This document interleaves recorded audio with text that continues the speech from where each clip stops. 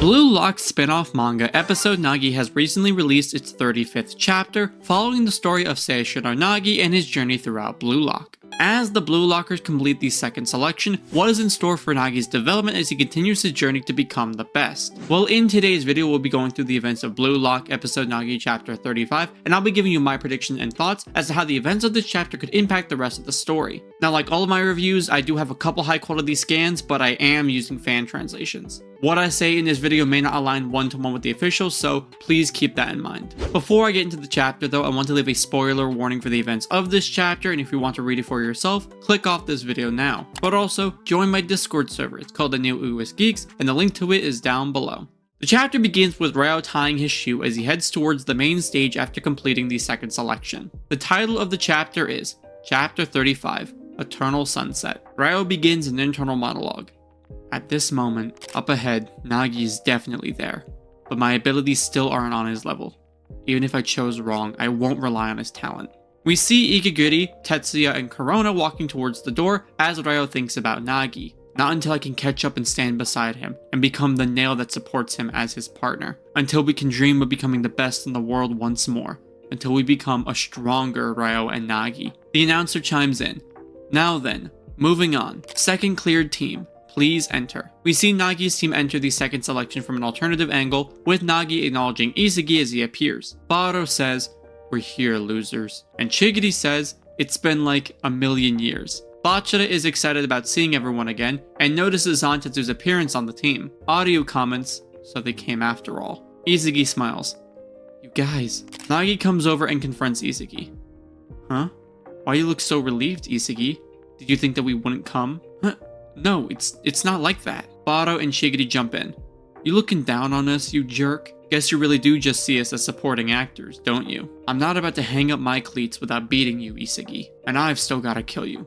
Plus, I haven't beaten the top 3 yet. Anyways, we were just dated to meet again." Isagi smiles. "Yeah, let's fight together again." The announcer chimes back in. "Now, it's time for the next cleared team. Please enter." We see Team 3 enter, with Karasu leading the charge, with Atoya and Aiki alongside him, with Yukimiya staring at people behind him. Chigiri and Nagi take interest. "Oh, would you looky there? I knew they'd show up. That ultimate duo." As Team 4 enters, we see Haragi leading the charge as he stares at Burū, Nagi, and Chigiri. That phony Terra bastard made it through. What a stubborn guy. Who was that again? No idea. The announcer then says, "Now, the 5th cleared team. Please enter the central joint room." We see as Team 5 enters, Nico and Hiyori have taken center stage, with Nico staring at Isagi and Nagi. Nagi comments on Nico's survival. He really climbed his way up the ranks. Of course, the ones who get stronger do. The announcer then says, "Next, the 6th clear team. Please enter." We hear some scuffling and arguing as Gagamaru and Raichi fly in from the door, with Gagamaru landing on top of Raichi. Isagi is happy to see them, as Bachara laughs and says how they are the same as always. Chigiri then addresses how there is one last team, and they aren't here yet. Nagi thinks to himself, right, they're still not here. Those two. Where are they? The announcer says, "And now, for the last and 7th team, please enter. Please. Show up, Reo." We see Ikiguri and Corona walk in, with Ikiguri hitting his iconic pose. Even Bachara is shocked at Ikiguri surviving, while Nagi begins to panic. "If I were in a world without you, I wouldn't know what to do. I wouldn't know why to play soccer, because I'd lose sight of my purpose. So, please, don't disappear." As Nagi begs, we see Reo enter the room with his aura flaring. As he shows up, Nagi's eyes glimmer with hope. "Reo, this is how it feels to wait for someone at the summit. It's painful, and yet so warm. Hey Reo, I got so much to talk to you about." As Nagi tries to talk to Reo, he walks past him, ignoring his comments. Nagi turns to look at Reo as he begins an internal monologue. "Huh? What? Reo, you must be so angry. I want to apologize. I have to apologize to him. I need to apologize for all the things I said. There's so many other things I want to talk about." Nagi reflects on what he said to Reo during their last encounter. It's true, but Nagi reflects on Reo's words back to him. "If you're going to abandon me, then do it properly. But maybe I just want to forgive him. If I only care about my own feelings and pour everything to Reo, will I hurt him again?" As Nagi says this, Chigiri and him stare at the final survivor of the second selection, as Shido enters the room. Looks like that's it. Isagi is shocked on where Kunigami is, as the announcer concludes their dialogue. These are all the players that have cleared the second selection. Isagi tries to talk to Reo about Kunigami, but he doesn't answer him, and Shido chimes in about how he was the one who defeated Kunigami. I sent that hero down to hell. He was simply a slime who couldn't make me level up. Nagi is confused as to who Shido even is, and Isagi tries to defend Kunigami, saying how he would never let it end like this. Like I said, I don't give a damn about your story or his. I just know that it ends here. Shido swings his leg at Isagi, but thanks to Chigiri rushing in, he helps Isagi avoid a direct hit. Ego then appears on the monitor and begins a speech. Okay, that's enough, you lumps of talent. None of you have the time to worry about those who dropped out. After all, your soccer careers are in danger of disappearing forever like worthless trash, along with BLUELOCK. That's because even as we speak, the big shots of Japanese soccer are trying to put the kibosh on BLUELOCK. The U20 Japan versus the BLUELOCK 11. If you win this game, you can steal the honor of representing Japan in the U20 World Cup. Reo and Nagi stare at Ego in awe, as they have finally reached the next step to achieving their dreams. Japan's national team. A path that leads to winning the World Cup. Place of dreams with Reo. Ego continues.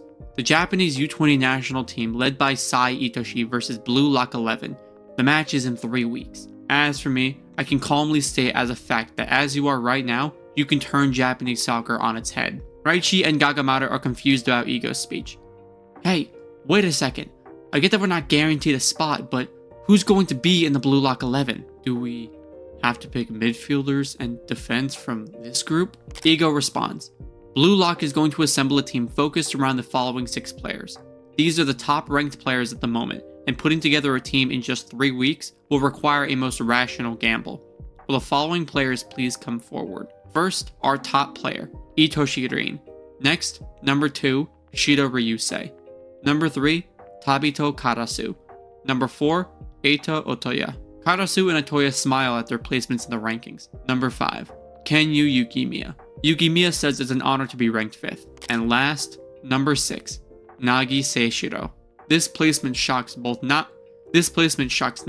Reo, and Baro. Ego continues to explain the process for the third selection. First, we'll divide these 6 into pairs, assign them ranks A, B, and C, and thereby create 3 teams. Next, the remaining 29 players must decide which team they'd like to join. Then, 3 people will be randomly assigned to the team that they chose to form teams of 5. After that, the completed teams will have a 5-on-5 match against each other. Consider this the tryouts for the right to represent Japan in the U20 World Cup match. We see the BLUELOCKers reacting to Ego's explanation. Auryu says, 1 match. You're basically telling us to show you what we've got. Tokimitsu says, this feels almost like real pro training. Igaguri says, ha, works for me, bring it on. Reo also comments on the situation. We can show off our abilities to become regulars, and you're telling us to choose our teammates for this joint battle? Ego then directs the top 6 to an alternate room to deliver his own speech to them. We cut to that room to see the dialogue between the top 6 after Ego's speech. Yukimiya says, well, to put it simply, they're evaluating the team with us as the core, to decide the formation for the upcoming U20 match. Karasu responds, but that doesn't mean we're guaranteed to be regulars either. Otoya comes over and wraps his arms around Karasu's shoulders. If you let your guard down, we'll steal your spots, number 1 and 2. We'll be taking the title of the strongest. Karasu hits Otoya with an elbow to the gut while Otoya goofs around and dodges his attacks. Yukimiya laughs at Otoya and Karasu and how they seem to get along well. Nagi then chimes in. You guys are amazing after all. An extraordinary ninja combo. Otoya blushes while Karasu responds by calling Nagi annoying. Nagi then turns to Shido and tries to ask him something. You were on the same team as Reo, right? Is he doing well?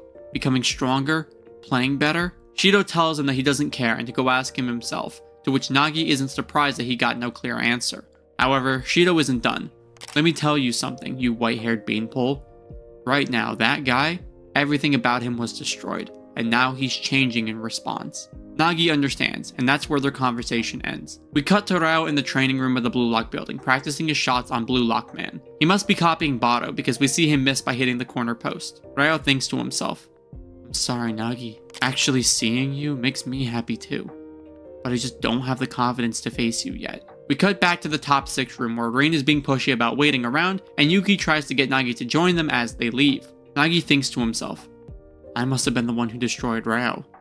But now he's changing, and Reo has come back after becoming stronger. Just like Rain to Isagi, and Sai to Rain.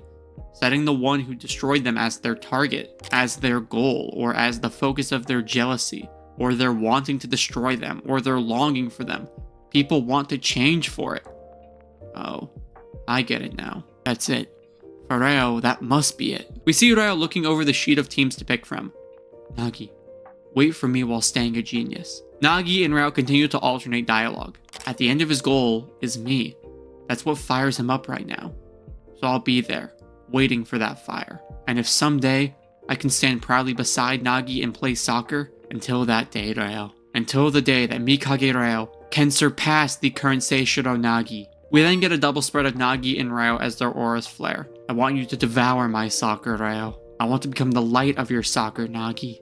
On the final page of the chapter, we see them reflect on their past during high school, along with Choki sitting in Nagi's room. When that happens, a new stage of our soccer can be born. The closing tagline of the chapter says, praying for each other and believing together, the future will be brighter. Kaneshiro's message for the end of the chapter says, next chapter is a super special final chapter. There is so much I want to cover, with 72 pages and a color spread, to be continued in the final chapter of the episode Nagi spinoff manga, titled Not Yet. And that was the chapter, and honestly, I really loved how it developed Nagi and Reo's character some more. Before I get into my specific thoughts though, I want to remind you guys that if you are enjoying this video so far, to leave me a like and subscribe down below to see more awesome Blue Lock content just like this. It costs you guys absolutely nothing, and it helps me out immensely. And if you want to help me even more, if you were to become a member of the channel, you'd earn some awesome benefits like personal video requests and shoutouts to videos, but you would also get your name mentioned in the Blue Lock New World movie as the contributor to the project, and this also applies to leaving super chats. So like, subscribe, and become a member to show your support for me and my content.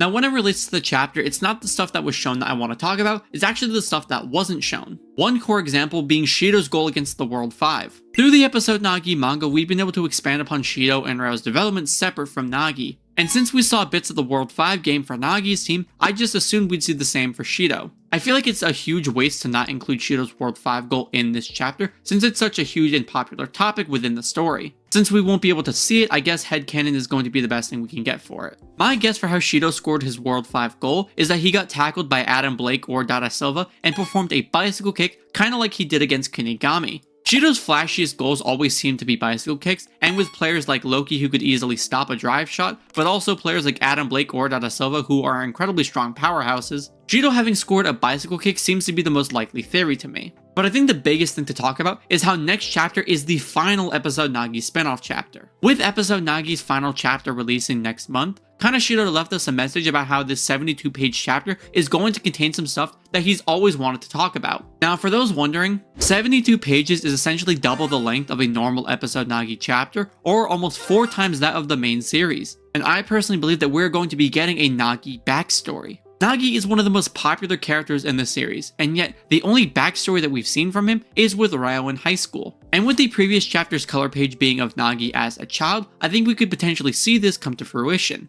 Especially with how Nagi has been teased so much in the main series, I feel like a Nagi backstory could be very prevalent. I also don't think next chapter is going to be covering the third selection or even the U20 game. This is because that section of the story didn't develop much for Nagi's character. Sure, we did get some Reo development, but I'm not sure if we need a retelling since that game was told from Reo's perspective in the same way that episode Nagi typically is. I can honestly see them skimming through it quickly to get to the U20 game, where the chapter would likely end where the movie did, with Nagi walking out onto the field. It just feels so unreal that episode Nagi is actually coming to an end. And it makes me wonder, will a new spin-off manga start releasing? Personally, I would love to see an episode Sai. I think other potential candidates for a spin-off manga like Kaiser or Ego, for example, are people we will see eventually get development for in the main storyline. So I'm not sure if these guys will actually get a spin-off manga. But with Sai, he has such little development as a player that I could totally see him getting his own spin-off to expand upon his character. Maybe it would cover his time in Spain and even potentially his backstory where he changed his dream to becoming a midfielder. I think it could be very interesting and I'd honestly love to see it.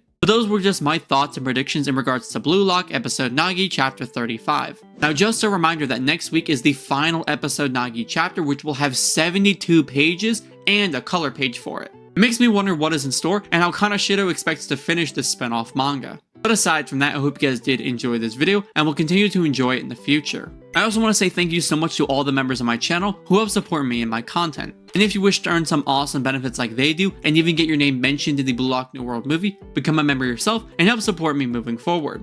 And just a final reminder to join my Discord server if you're ever interested in getting any more involved with our amazing community. As for the question of the video, what would you rate Blue Lock episode Nagi chapter 35 on a scale of 1 to 10? Leave me your thoughts down below in the comment section. And like always, thank you all for watching, like and subscribe to see more awesome Blue Lock content just like this.